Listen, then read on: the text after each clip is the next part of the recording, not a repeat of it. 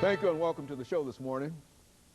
The topic today is breaking the revolving door syndrome, and we're talking to the pastor of the Hands of God Christian Church, Pastor KWalker.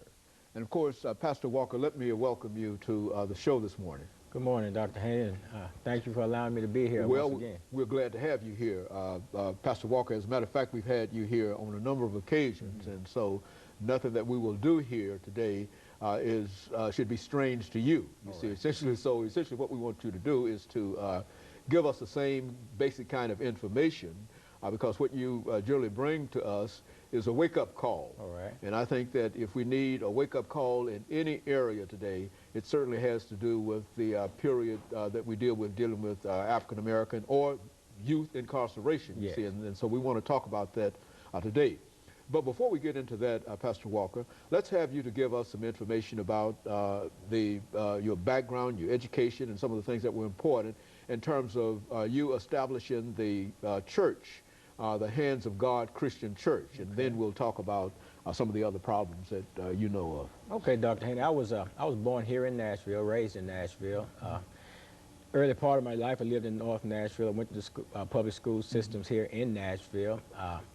I did not graduate from high school. I went to high school, but I was one of those characters during the time, and I was actually thrown out of the school system. But later years, I went to the Navy and got out of the Navy, got a GED through OIC, and from there I went to Tennessee State University for a short period of time. All during this period of time, my early life, I was involved with drugs and crime and stuff like that, so my stay in college didn't last a long time as well, and I ended up on drugs, got incarcerated and everything, and spent about 5 years of my life incarcerated in the Tennessee State prison system. That in and of itself, and experiencing 17 years of drug addiction has led to my passion for what I do now. I began pastoring the Hands of God. I was called into ministry back on August 24th, 1986. God divinely intervened in my life and miraculously delivered me from drug addiction and called me into ministry at that time. And then in 1993, I began to pastor. I began to pastor the Hands of God. Actually, it was at the time, it was a church under another name, Mount Olive Spiritual Church, and we went on to change the name. And I actually founded the Hands of God Christian Church back in 1999, of course. And from that point on, I've been pastoring the church, and this is where I am right now in my life today, in terms of background and where I came from and who I am. My real passion in this life, Dr. Haney, is to reach out into where I came from and to make a difference in the lives of people that are yet suffering in incarceration, dealing with drug addiction, dealing with all manner of social evils and ills and the like. Therefore, the birth of the Hands of God Recovery Ministry has come into play, as well as the Hands of God Christian Church. And this ministry is designed, of course, to reach out into life, into people's lives, and to actually make a difference. We're trying to serve people, the economically disadvantaged, the drug addicted, the alcoholic, the homeless, those that are the incarcerated, those who are coming out of the prison system and who are looking for some solutions to some of life's threatening situations and problems.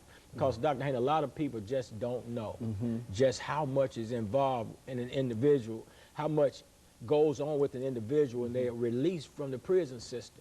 See, and we talk about the recidivism rate or the reincarceration rate or the recommitment rate and how high it is, and they do all types of studies and reports on it. Even the Tennessee Department of Correction, they do these studies and reports. But they don't indicate in these studies, the only thing they're throwing figures that this percentage goes in, this percentage is stay out 1 year, 2 year, 3 years, we got this percent, that percent, the other percent.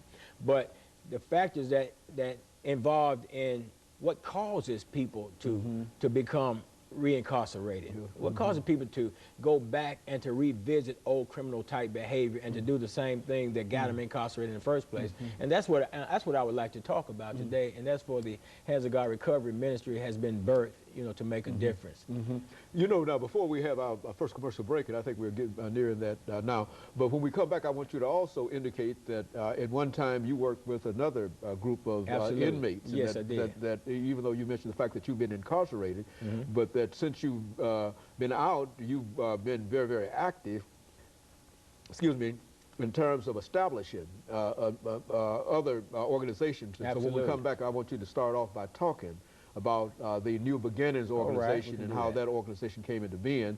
That will allow people to see not only were you incarcerated, but it also will allow them to see the kind of activity that you've done in terms of going back in to this situation and trying to bring some of those individuals out, because and I say that because I know that this is a very, very important organization, and I know that you put quite a bit of work in it, and that the Hands of God Christian Ministry is really a completion of what you are doing, what you have done in reality. So when we come back after this first short commercial break, then we want you to talk about that. We'll be back with our audience following this very, very short commercial break.